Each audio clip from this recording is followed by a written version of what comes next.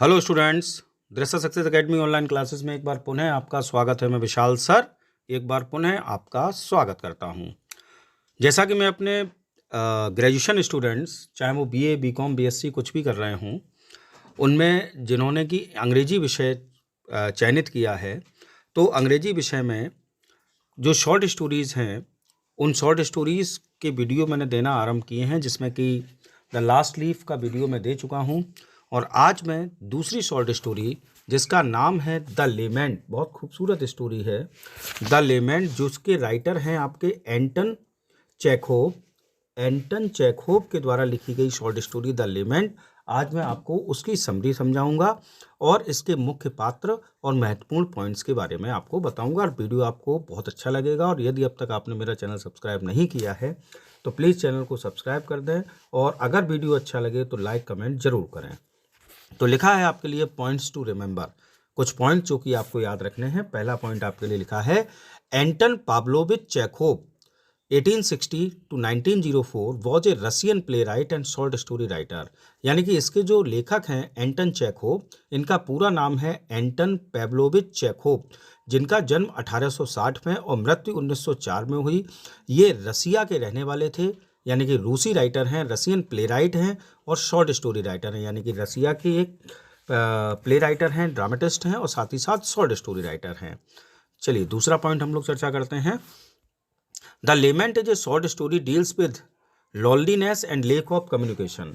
जब हम short story लेमेंट की बात करते हैं तो ये शॉर्ट स्टोरी जो है वो प्रमुख रूप से दो चीज़ों के बारे में है। एक तो लॉनलीनेस, अकेलापन, और दूसरा है लेक ऑफ कम्युनिकेशन, यानी कि कम्युनिकेशन की कमी। ठीक, अभी जब मैं आपको ये स्टोरी अभी समरी आपको समझाऊंगा, तब आप सुनेंगे ये दोनों बातें यहाँ कैसे हैं। अब हम लोग बात कर लेते हैं मेन कैरेक्टर्स की इस शॉर्ट स्टोरी के।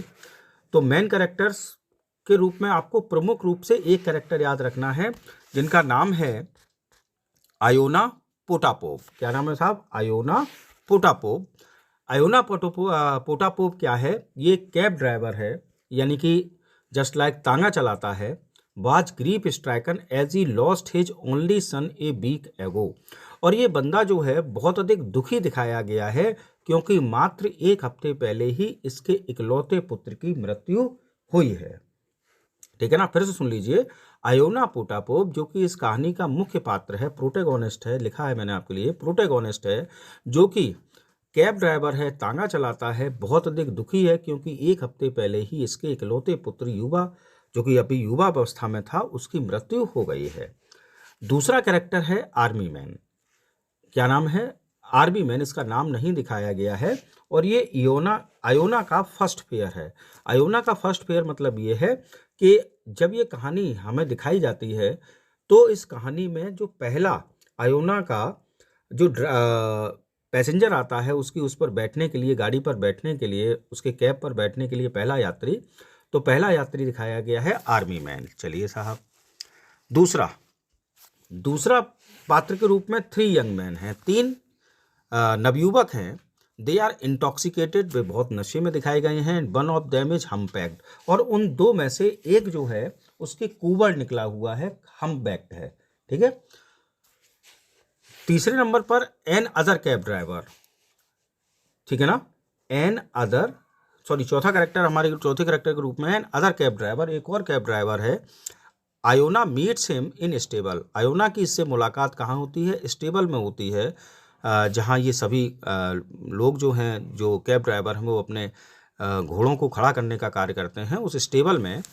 और लास्ट कैरेक्टर आपका आता है, जो कि बहुत इम्पोर्टेंट है इस कहानी को ध्यान में रखते हुए, आयोनाज हॉर्स, आयोना का घोड़ा, वर्क्स एज साइलेंट लिसनर। और ये जो आयोना का घोड़ा है वो उसके एक मित्र के रूप में साइलेंट लिसनर का काम करता है, एक शांत श्रोता के रूप में काम करता है। ठीक है, तो ये इसके मुख्य पात्र हुए। अब मैं डायरेक्ट कहानी पर आता हूँ। ठीक है, the lament by Anton Chekhov. तो देखिए, ये कहानी जो है वो आयोना पोटापोव, जो हमारा मुख्य पात्र है, उसके दर्द को बयां करती है, जिसके पुत्र की अभी एक हफ्ते पहले ही मृत्यु हो गई है। और इसकी प्रॉब्लम ये नहीं है कि इसके पुत्र की मृत्यु हो गई, ये सबसे बड़ी प्रॉब्लम इसकी सबसे बड़ी ये है कि इस समाज से कोई भी ऐसा नहीं मिला उसे जो उसको उसके पुत्र की मृत्यु पर हमदर्दी दे सके। ठीक है ना, कोई सिंपैथी देने वाला भी उसके पास नहीं है। आयोना पोटाबोव जो कि कहानी का एक मुख्य किरदार है, वह हर संभव कोशिश करता है कि किसी दूसरे व्यक्ति से वह जुड़े, ठीक, जिसके साथ वह अपनी कहानी को व्यक्त कर सके, अपनी कहानी सुना सके। परंतु जिससे भी वह मिलता है, जो फेयर की तलाश में जब घूमता है, तो जितने लोग उससे मिलते हैं वो सबके सब इतने सेल्फ सेंटर्ड हैं, इतने ज़्यादा कठोर हैं कि कोई भी उसकी कहानी में इंटरेस्ट नहीं दिखाता, कोई भी उसकी कहानी को सुनना नहीं चाहता। आयोना पोटापोव के बारे में जैसा मैंने कहा कि कैब ड्राइवर है, वह क्या करता है, लिविंग को कमाने के लिए, जीविका चलाने के लिए घोड़ा गाड़ी चलाता है और आशा करता है कि काश वो सवारी ढूंढता है और जो सवारी उसके घोड़ा गाड़ी में बैठे उनमें शायद कोई ऐसा धैर्यवान उसे मिल जाए जो कि उसकी पूरी कहानी को, उसके दर्द को आसानी के साथ सुन सके। तो भैया ऐसा करने पर जब पहला दृश्य दिखाया जाता है तो आयोना जो है वो अपनी ड्राइवर सीट पर बैठा हुआ है और फेयर का इंतजार कर रहा है। बर्फ पड़ रही है तो वो अपने ख्यालों में इतना खोया हुआ है कि जो बर्फ पड़ रही है वो उसके ऊपर आ जाती है, लेकिन उसको उस बर्फ को हटाने का भी ख्याल नहीं आता। ठीक है ना, क्योंकि वो इतना ज़्यादा ग्रीफ स्ट्राइकन है, इतना ज़्यादा दुखी है, इतना ज़्यादा अपने ख्यालों में खोया हुआ है। तो पहला जो प्रथम व्यक्ति जो आता है वह एक लंबा चौड़ा सेना नायक है। वह दुखी चालक की बात वह उससे उसकी गाड़ी पर बैठता है, उससे चलने को कहता है, लेकिन जब आयोना जो है वो उसे अपनी कहानी सुनाना आरंभ करता है तभी वह उसे बीच में रोक देता है और उसको डांटता है कि तुम बड़ी लापरवाही के साथ घोड़ा गाड़ी चलाते हो, और जल्दी ही वह उसके घोड़े गाड़ी से उतर जाता है। यानी कि वह व्यक्ति भी उसकी आवाज़, मतलब उसकी बात को नहीं सुनता। आयोना जो है उसके बाद फिर खड़ा हो जाता है तो दोबारा में उसके पास 3 यंग मैन आते हैं। तीनों यंग मैन जो हैं वे नशे में हैं, ठीक, और उससे बैठने के लिए कहते हैं। तो आयोना की गाड़ी जो है घोड़ा गाड़ी, उसमें 2 ही व्यक्ति बैठ सकते हैं, तीसरा व्यक्ति अगर चलेगा तो उसको खड़ा होना पड़ेगा।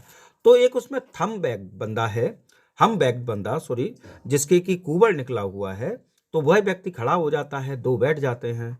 तीनों अपने आपस में वार्तालाप कर रहे हैं। आयोना को मौका मिलता है तो आयोना उनको अपनी कहानी बताना आरंभ करता है, लेकिन वो लोग इतने नशे में हैं और अपनी बातों में व्यस्त हैं कि कोई भी उसकी बात पर न ध्यान देता है, न उसकी बात कोई सुनना चाहता है। वो तीनों भी उतर जाते हैं। उसके बाद आयोना जो है एक पोर्टर से मिलता है, परंतु वह भी आयोना की बात पर ध्यान नहीं देता।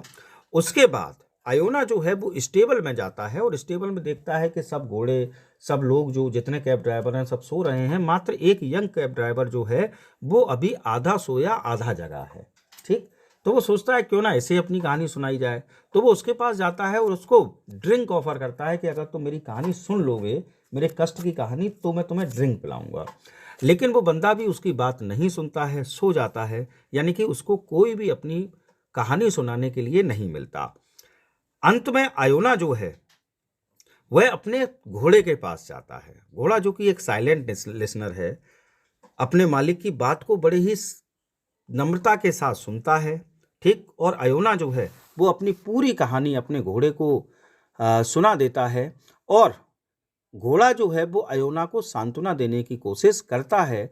तो लास्ट में आयोना को एक बेजुबान जानवर से हमदर्दी प्राप्त होती है, लेकिन इस सेल्फ सेंटर्ड सोसाइटी में कोई भी व्यक्ति उसको ऐसा नहीं मिलता जिसको कि वह अपनी कहानी शेयर कर सके। तो ये आपकी स्टोरी है द लेमेंट। आई होप आपको स्टोरी अच्छी लगी होगी। अगर आपको स्टोरी अच्छी लगी हो और मेरा समझाने का तरीका अच्छा लगा हो तो प्लीज़ लाइक कमेंट ज़रूर करें, मेरे वीडियो को शेयर करें, और यदि अब तक आपने मेरा चैनल सब्सक्राइब नहीं किया है तो चैनल को सब्सक्राइब करें। Thanks for watching. जय हिंद, जय भारत।